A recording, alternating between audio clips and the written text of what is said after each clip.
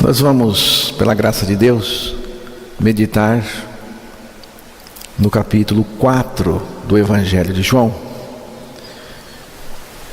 do versículo 1 até o versículo 42, trata do encontro de Jesus com uma mulher que foi salva por ele.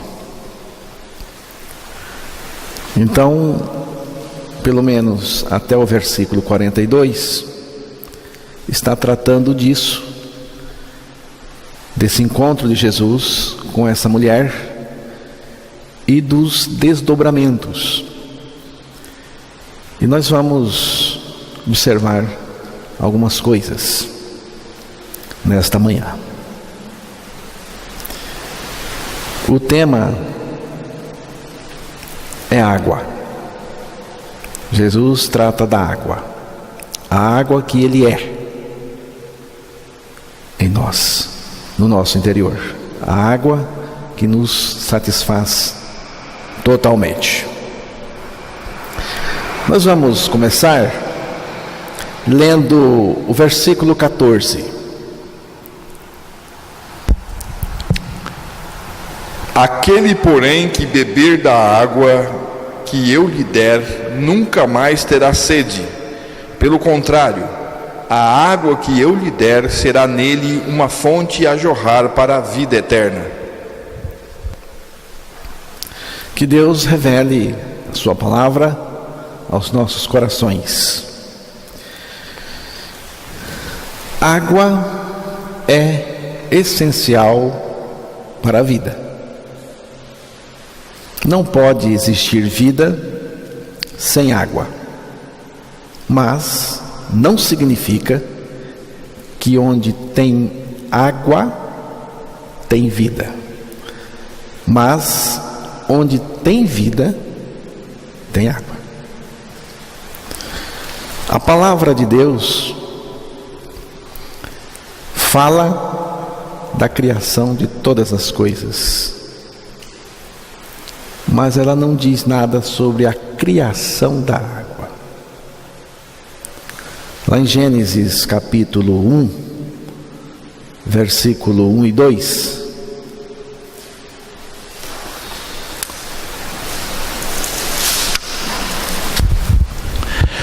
No princípio, criou Deus os céus e a terra. A terra, porém, estava sem forma e vazia. Havia trevas sobre a face do abismo, e o Espírito de Deus pairava sobre as águas. Então apareceu a água. O Espírito de Deus pairava sobre as águas. No versículo 1 diz que Deus criou todas as coisas. Evidentemente que a água está aí, mas ela não dá detalhe da criação da água. E a palavra de Deus também diz que na nova terra que Deus vai criar tem água. Apocalipse capítulo 22, verso 1.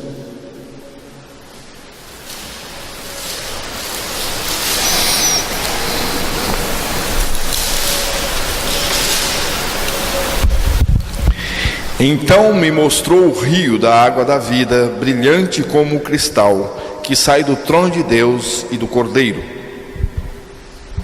A água aparece aí como saindo do trono de Deus e do Cordeiro. Cordeiro é Jesus Cristo. A água é uma questão muito séria no mundo. É até motivo de disputa, de briga, de guerra. Algumas regiões têm muita água, outras têm muito pouco. Existe também uma água que se atribui a ela um poder mágico, milagroso. Agora não se diz muito isso, mas já foi dito muitas vezes. Talvez você até já ouviu alguém dizer: coloca um copo com água em cima do rádio ou da TV, e depois da oração que o pregador vai fazer, você bebe a água, e essa água vai curar você. Então é a água milagrosa. Se atribuiu a ela, pelo poder da oração que alguém fez, um poder. Mas isto vem de longe, porque tem a água que é muito parecida com essa, que expulsa demônio, serve para exorcizar. O pessoal chama de água benta, então tem poder. Mas a água que Jesus propõe aqui não é nada disso. É Ele mesmo. Ele mesmo está se colocando como a água viva. A água que dentro de nós se transforma em uma fonte que salta para a vida eterna. Se salta para a vida eterna, então porque é a vida eterna, é a vida de Cristo, é Cristo dentro de nós. João capítulo 7, versículo 37 e 38, vamos ouvir. No último dia, o grande dia da festa, levantou-se Jesus e exclamou: se alguém tem sede, venha a mim e beba. Quem crer em mim, como diz a Escritura, do seu interior fluirão rios de água viva. Jesus propõe Ele mesmo como Salvador daqueles que Ele veio salvar. Jesus se propõe como sendo essa água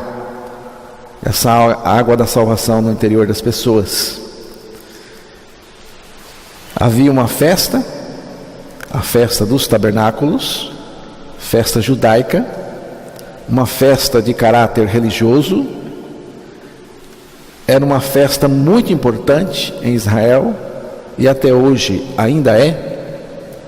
Essa festa durava uma semana e recordava aos judeus a história da salvação e também a peregrinação desse povo por 40 anos no deserto. E esta festa estava justamente apontando para Cristo, para Jesus.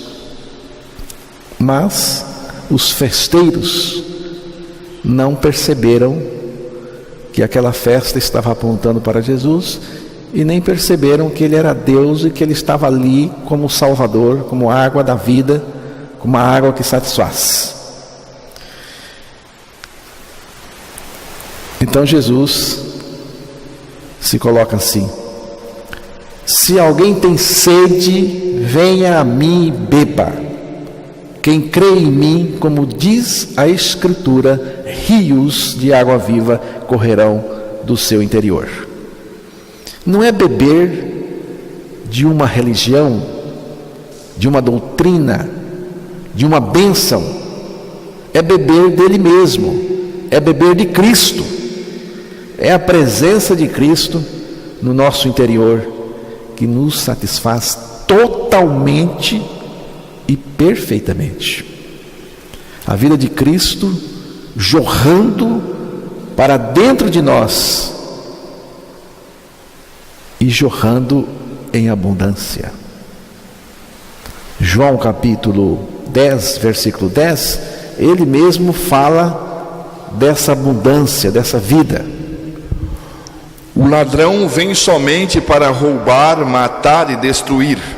Eu vim para que tenham vida e a tenham em abundância. Jesus disse: eu vim para que tenham vida e a tenham com abundância. A vida é Ele. Ele mesmo é esta vida em nós. Cristo morreu por nós, nos fez morrer com Ele e ressuscitou para ser esta vida abundante em nosso interior. Já estou crucificado com Cristo e vivo não mais eu, mas Cristo vive em mim. Cristo em mim é vida em abundância. Cristo. Quando você crer na palavra de Deus, que afirma a sua morte e ressurreição com Ele, você terá o Filho de Deus revelado e vivendo no seu interior. Cristo é o tudo que nós precisamos e nada mais além dele. Quando Cristo vive em nós, irmãos, nós não precisamos de mais nada, espiritualmente falando, porque Ele é tudo em nós. A pessoa em quem Cristo vive não tem necessidade de algo mais. Por quê? Porque ela está totalmente satisfeita, porque Cristo satisfaz totalmente. Basta crer a nossa morte com Cristo e em Cristo, e Ele viverá em nós a vida que Ele é, vida abundante, vida que satisfaz. Jesus Cristo em nós é a fonte da água da vida, da água viva, água jorrando em nós e jorrando em abundância.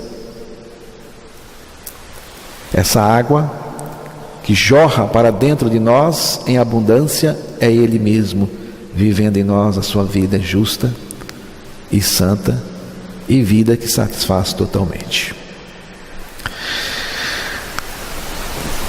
Então, vamos lá para João, capítulo 4, verso 4.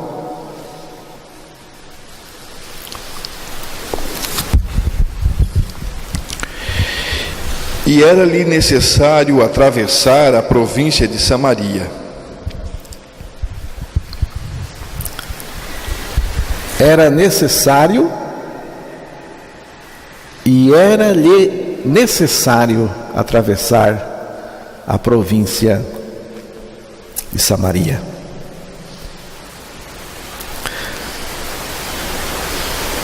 Não tinha outro caminho? Tinha. Havia outro caminho que levava à província da Galileia, para onde Jesus estava indo, mas Jesus optou por esse. Ele disse que era uma trajetória, um caminho que ele tinha que passar por ali.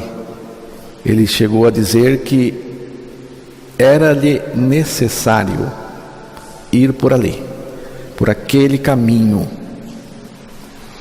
Havia pelo menos 2 grandes inconvenientes de ir por aquele caminho que Jesus queria ir, que Jesus optou ir. Primeiro, os judeus não se davam com os samaritanos. Havia uma antipatia mútua, uma rejeição mútua. Havia uma inimizade entre eles. Então, essa é uma boa razão para evitar aquele caminho. Para que ir por ali, se eu posso evitar uma confusão? É mais ou menos como o encontro da torcida do Palmeiras com a do Corinthians em uma decisão de título. Tem que evitar, porque senão vai ser quebra-quebra, né, Zé? Quebra-quebra. E a ideia de samaritano e judeu era mais ou menos assim, eles não se davam de jeito nenhum. Então aqui nós temos um motivo razoável, motivo bom para não ir por ali. O próprio Jesus recomendou os discípulos que não entrassem em cidade de samaritano. Mateus capítulo 10, versículo 5.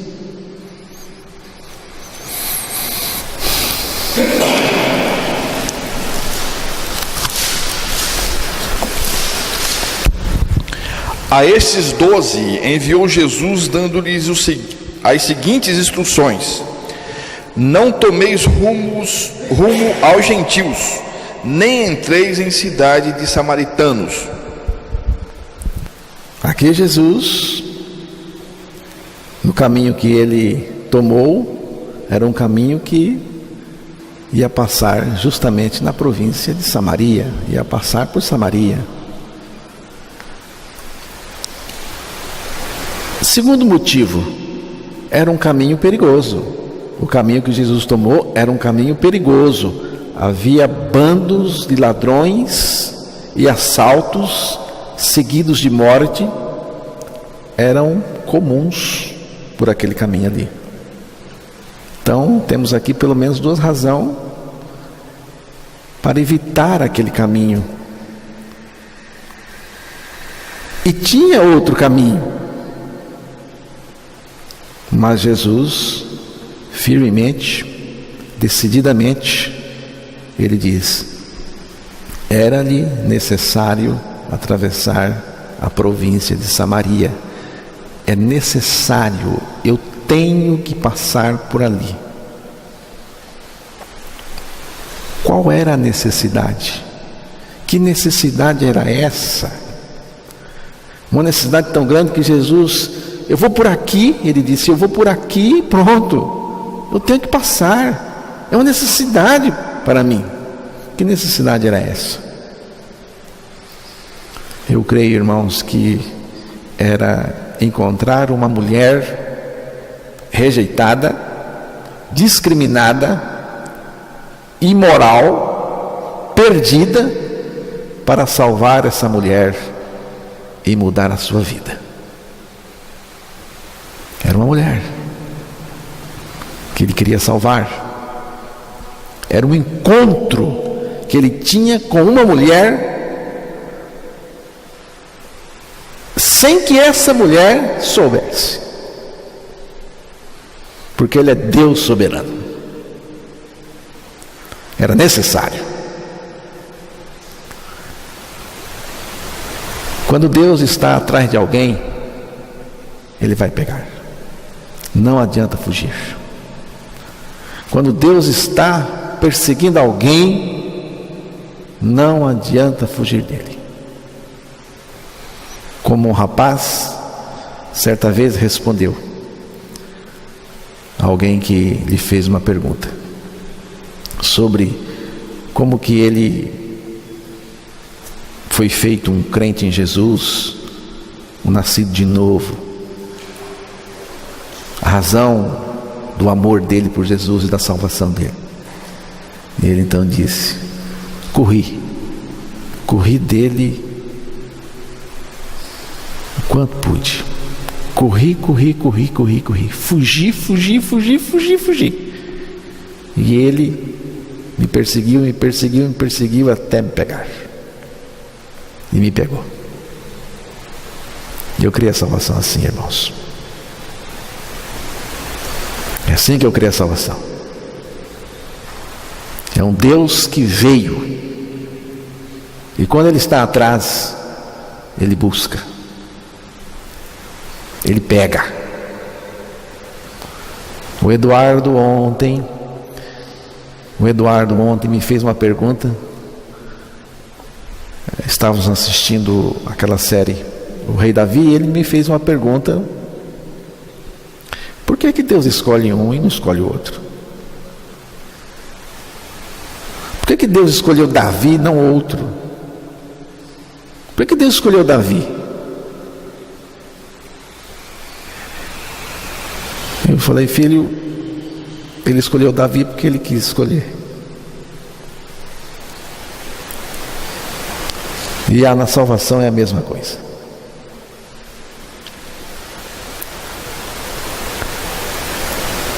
Tem gente assim, eu fui lá na igreja, eu ouvi a mensagem do Novo Nascimento, mas eu fui lá porque eu quis. Você veio porque Deus lhe trouxe. E fique sabendo, que se você não quiser crer, quiser cair fora, quiser só frequentar, ou quiser crer mesmo, ou não crer, fique sabendo que por trás está um Deus soberano, determinando. Porque se Ele estiver atrás de você, Ele vai pegar. Vai pegar. Você vê o caminho aqui, Zé? Ele poderia ter ido para outro caminho. Eu tenho uma mulher que eu quero encontrar com ela. Pergunta aos irmãos que estão desconfiados do que eu estou dizendo aqui, que estão achando que o homem é que decide tudo. Pergunta a você: se Jesus não tivesse ido àquela mulher, ela teria sido salva? Ela teria ido a Jesus? Aí você fala assim para mim: mas no capítulo anterior, no 3, irmão Carlos, Nicodemos foi. Porque os que vão é Deus levando também.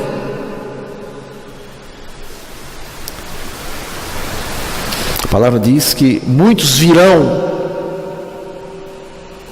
porque Deus está por trás desse virão, a graça soberana dele. Era-lhe necessário atravessar a província de Samaria para encontrar uma mulher que os religiosos não gostavam dela. Era uma mulher de má fama, era uma mulher que sofria com o preconceito, rejeitada, imoral também.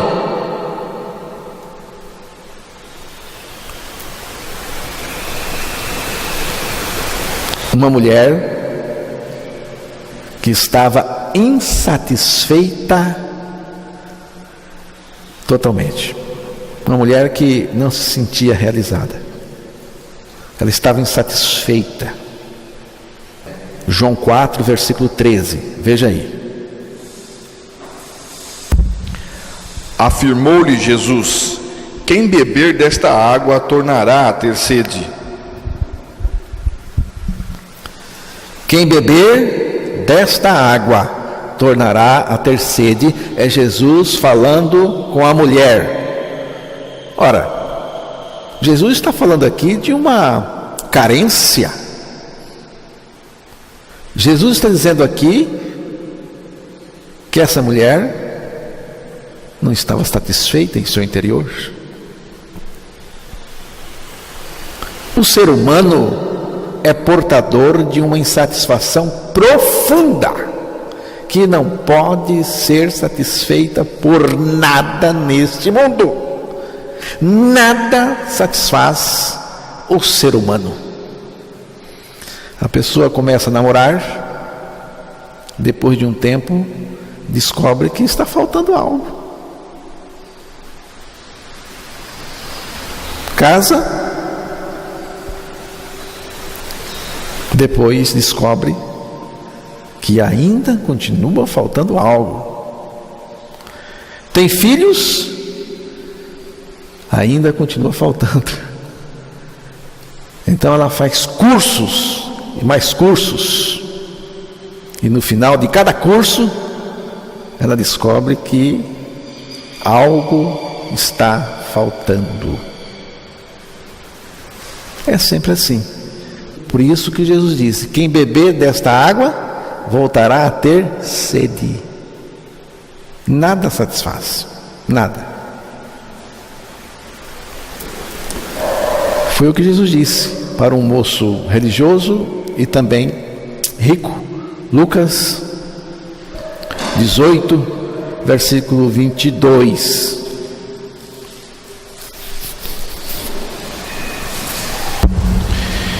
Ouvindo, Jesus disse-lhe: uma coisa ainda te falta. Vende tudo o que tens, dá aos pobres e terás um tesouro nos céus. Depois vem e segue-me. Esse homem era um homem que observava os mandamentos, pelo menos os mandamentos citados por Jesus. Ele disse que observava desde a meninice. Era uma pessoa rica, tinha dinheiro. Mesmo assim, Jesus disse: uma coisa ainda te falta. O que falta? Falta Jesus. Então, irmãos, Jesus tinha esse encontro com essa mulher samaritana sem que ela soubesse. Ou ela sabia do encontro, ou Jesus mandou alguém avisar ela: tal hora eu vou passar no poço, esteja lá, tenho um assunto sério com você. Não, ela não sabia. Mas, Senhor, não é arriscar demais ir por esse caminho tão perigoso?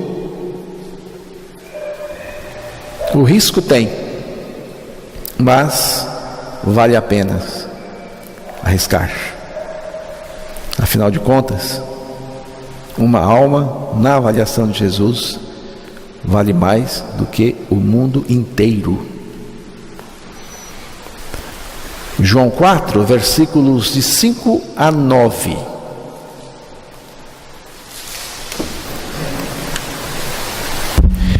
Chegou, pois, a uma cidade samaritana chegada a Sicar, perto das terras de Jacó, que Jacó dera a seu filho José.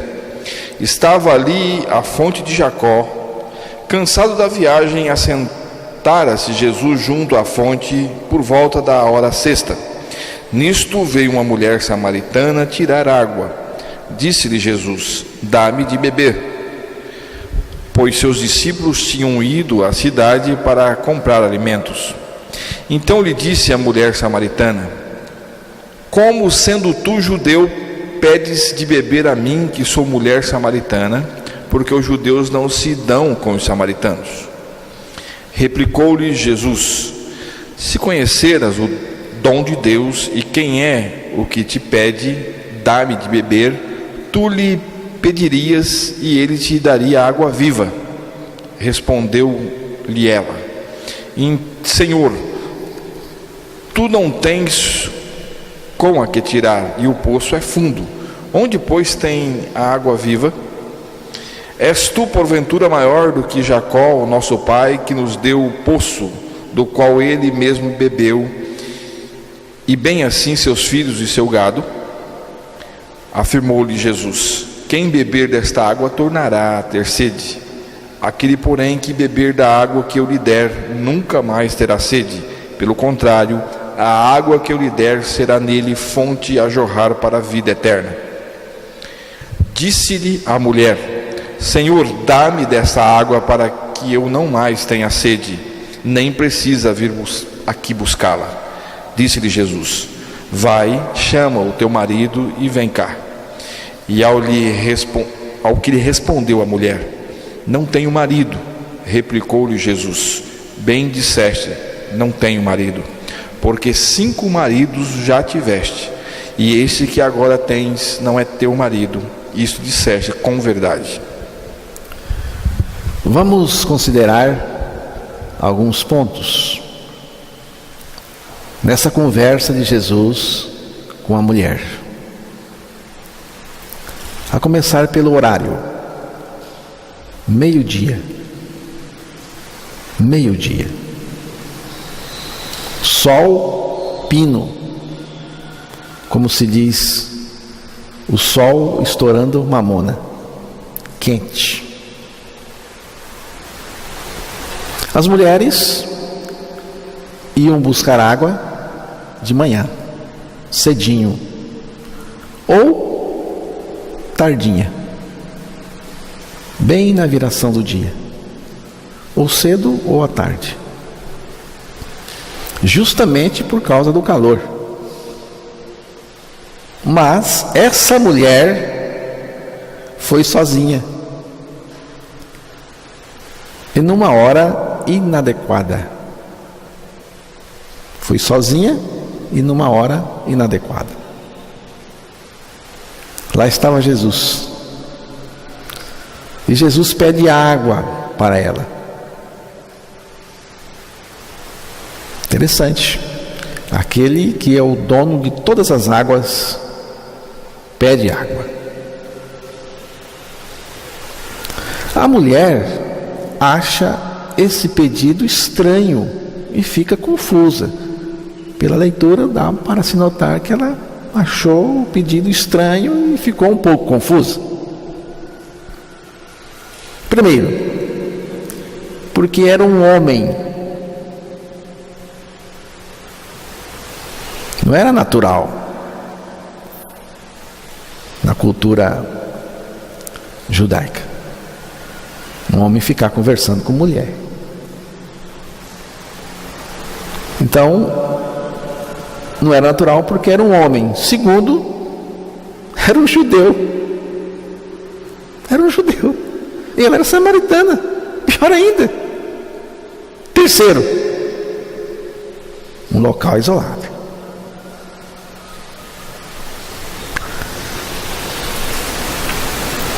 Além disso, irmãos, ela não esperava respeito de um homem. Você viu o histórico da mulher. Ela não esperava respeito de um homem. E Jesus conferiu a ela todo o respeito, dignidade. Uma outra coisa que eu achei incomum foi o seguinte: quem fazia compras no grupo de Jesus com os discípulos? Quem fazia compra?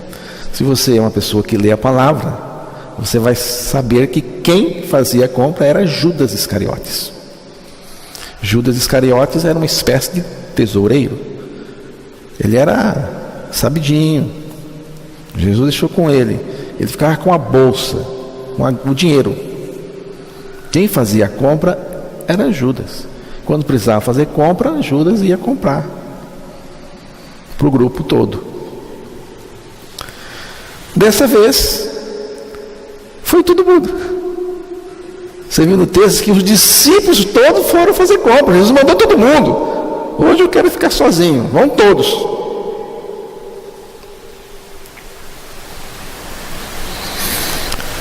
Por quê? Por que foram todos? Jesus permitiu que fossem todos e não só Judas, como de costume. Acredito que Jesus tinha que ser livre dos discípulos naquele momento para poder alcançar a mulher com o Evangelho.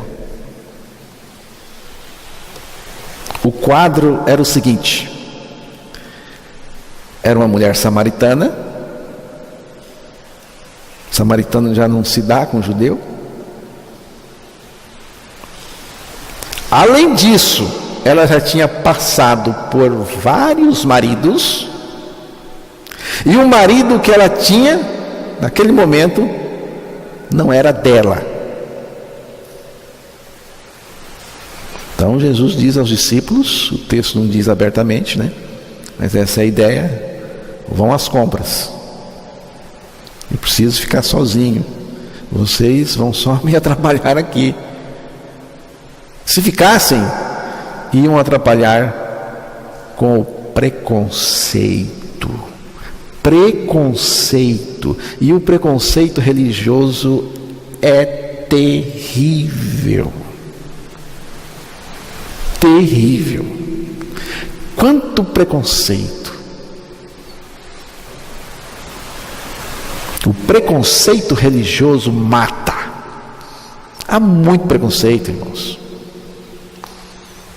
Eu lembro de uma vez que foi a primeira vez que eu preguei neste texto, e já faz uns 15 anos ou mais. Não, acho que mais até, uns 20. E naquele dia Deus pediu para eu pregar aqui nesse capítulo e enfatizar o preconceito. Os vários grupos de pessoas rejeitadas e que Jesus foi buscar para salvar. Zaqueu. Zaqueu era o que Zaqueu era. Levi, Mateus. Ladrão. Passava a mão no dinheiro do povo. Fiscal do governo, da prefeitura. Não é o caso aqui, né? Entendeu? Então, Jesus vai atrás desse pessoal e da mulher. E ela estava aqui sentada, ali não está o Zé, ali, justamente ali naquele terceiro banco. Naquele dia eu preguei muito forte. E ela justamente era uma pessoa que se enquadrava exatamente. E alguém me disse assim: olha, só Deus mesmo para fazer essas revelações, porque você não conhece ela. Ela nunca veio aqui para ouvir essa mensagem. Realmente Deus ele orienta, né? E João diz, você pode estar dizendo assim: não, mas você está exagerando, os discípulos não iam ficar murmurando, não ia não. O próprio João nos dá a entender.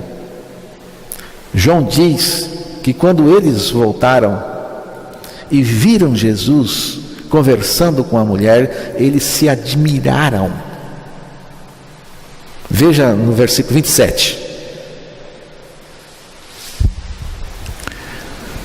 Neste ponto chegaram os seus discípulos e se admiraram de que estivesse falando com a mulher. Todavia nenhum lhe disse: que perguntas? Vocês ou viram por aí? que falas com ela? Viram aí? Não censuraram não, mas ficou no coração, ficaram admirados. Meu Deus, Jesus falando com uma mulher como essa, falando com uma mulher como essa. Essa admiração que está saindo aí é preconceito, irmãos. Preconceito. Você pode ler direitinho em casa que você vai ver que a ideia aí é preconceito. Ele não estava achando bonito, não. Eles só não repreenderam Jesus porque não tiveram coragem.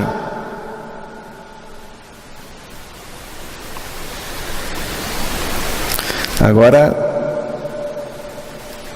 Jesus é maravilhoso, né? Na conversa de Jesus com a mulher, ele começou fazendo revelações profundas. Veja os versículos 16 a 18. Disse-lhe Jesus: vai, chama teu marido e vem cá. Ao que lhe respondeu a mulher: não tenho marido. Replicou-lhe Jesus: bem disseste, não tenho marido, porque 5 maridos já tiveste, e este que agora tens não é teu marido. Isto disseste com verdade. Viu, irmãos? Jesus começou na conversa revelando quem a mulher era. Jesus está nesses versículos revelando a natureza da mulher, natureza pecaminosa dela, porque Jesus não dá moleza não, irmãos, para a natureza perversa não. Jesus revela a natureza que ela tinha. Você é assim, mulher, em outras palavras, por causa da sua natureza. Jesus revelou para ela. Tanto é que ela começou a achar que Jesus era profeta. Ela começou a achar que Jesus era profeta. Não Deus, profeta. Ela estava errada. Errou muito em achar que Jesus era profeta, porque Jesus é muito mais do que um profeta, ele é Deus, mas é um passo. Ela começou a achar que Jesus era um profeta. Veja o versículo 19. Senhor, disse-lhe a mulher: vejo que tu és profeta. Profeta, falou direitinho, eu sou exatamente assim. Eu sou desse jeitinho. Aí ela expressa sua religiosidade. Religião é coisa séria. Veja o versículo 20. Nossos pais adoravam neste monte. Vós, entretanto, dizeis que em Jerusalém é o lugar onde se deve orar. Ela colocou o tema religião. Aí Jesus continuou fazendo revelações. Versículo 20 a 24. Disse-lhe Jesus: mulher, podes crer-me que a hora vem, quando nem neste monte, nem em Jerusalém adorareis o Pai. Vós adorais o que não conheceis, nós adoramos o que conhecemos, porque a salvação vem dos judeus. Mas vem a hora, e já chegou, em que os verdadeiros adoradores adorarão o Pai em espírito e em verdade, porque são estes que o Pai procura para seus adoradores. Deus é espírito, e importa que os seus adoradores o adorem em espírito e em verdade. Na verdade, Jesus está falando do novo nascimento, em espírito e verdade. Quem nasce do espírito é espírito. Jesus está dizendo: olha, essa conversa de religião tem que acabar, porque a coisa é diferente.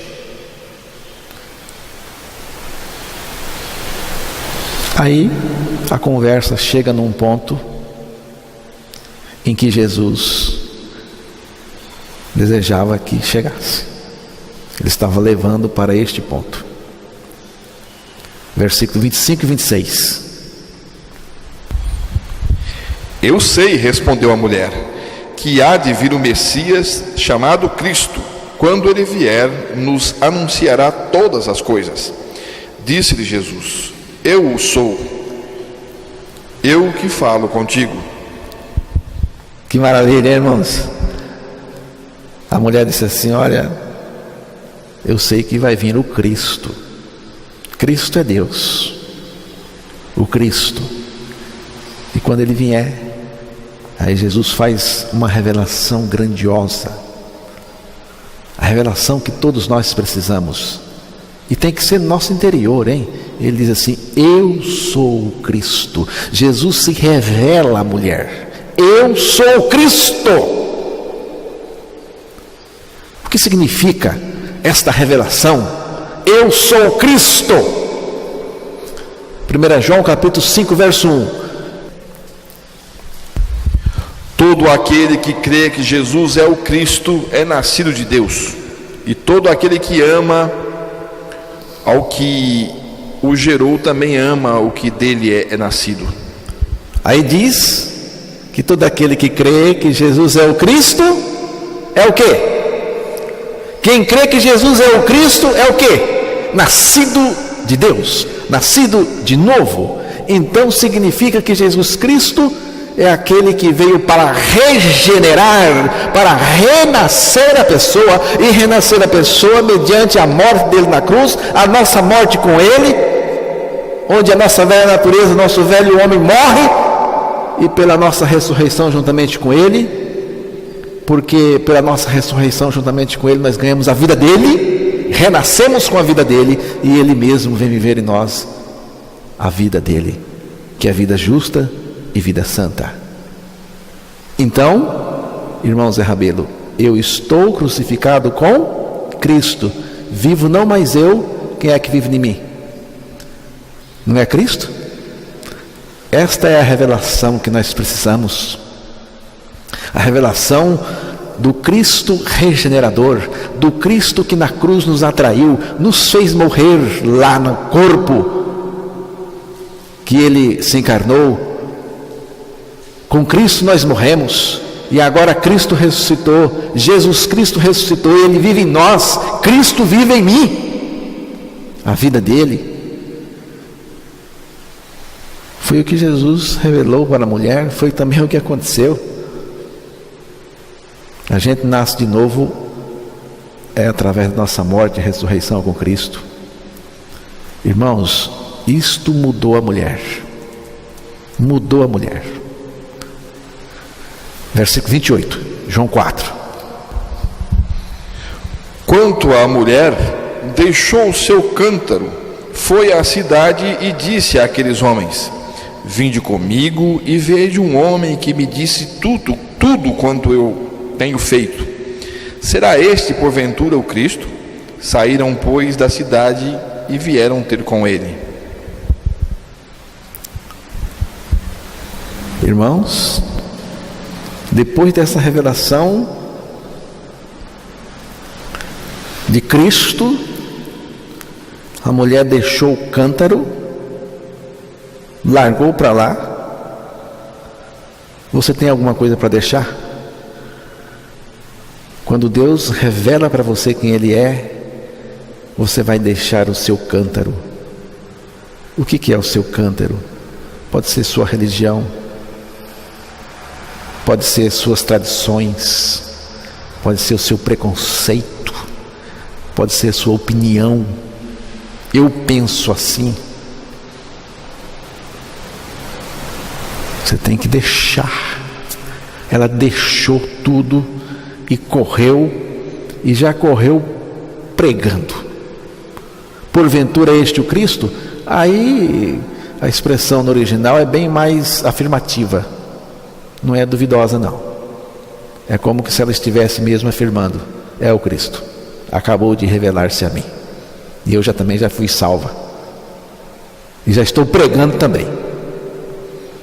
E ela foi pregar para o povo da cidade. Agora você imagina, uma mulher na qualidade dela, que respeito tem, Zé? Nenhum. Mas quando você nasce de novo e quando é Deus que está ali falando, a coisa muda. Não consta que Jesus e a samaritana beberam água.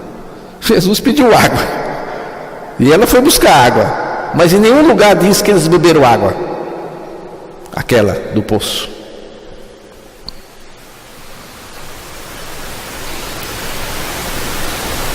Porque a água era o próprio Jesus. Ele é a água. E a mulher bebeu dele. Para falar a verdade, Jesus nem bebeu e nem comeu naquele dia. Veja os versículos 31 a 32. Nesse interim, os discípulos lhe rogavam dizendo: Mestre, come. Mas ele lhes disse: uma comida tenho para comer que vós não conheceis. Come.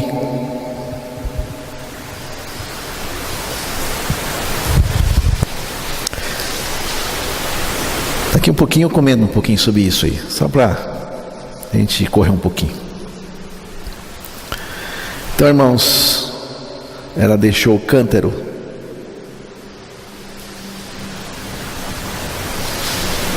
Ela deixou o cântaro, deixou de buscar a água que não satisfaz, pelo gozo que sentia ao descobrir a água viva, que é Cristo mesmo. Então ela disse aos moradores: vinde e vede um homem. É o Cristo. Vinde e vede alguém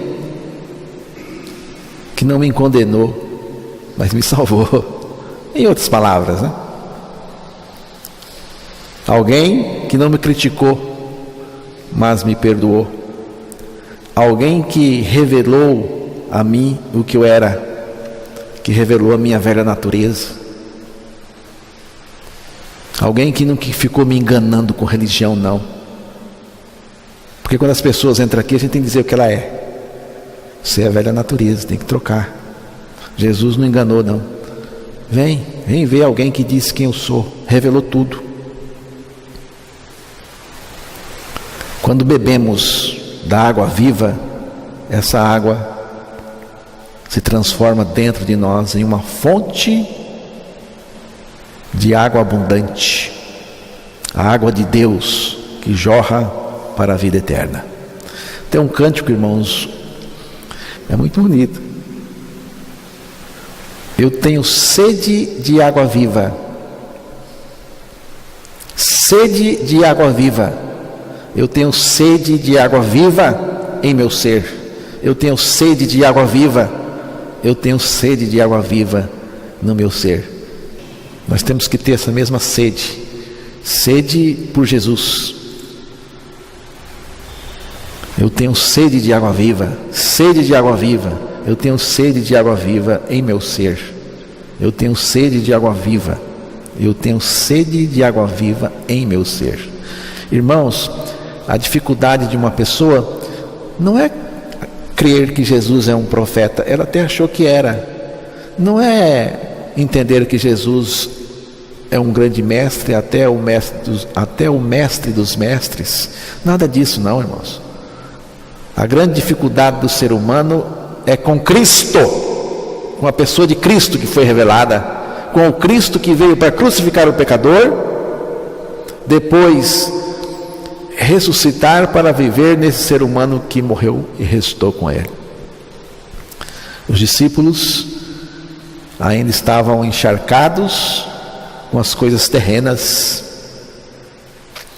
Eles foram para a cidade fazer negócio, fazer compras, mas eles estavam alheios ao grande negócio de Deus na terra, que não tem nada a ver em ir às compras, mas tem a ver com o Evangelho.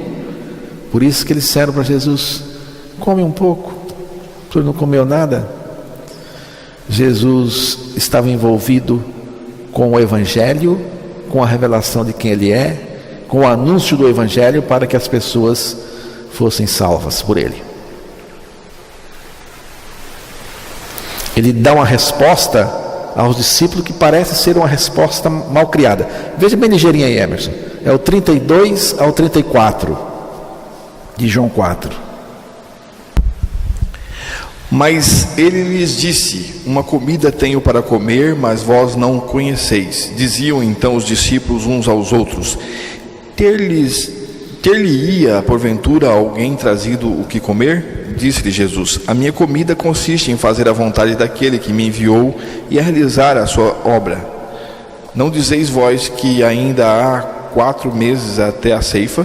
Eu, porém, vos digo: erguei os olhos e vede os campos, pois já branquejam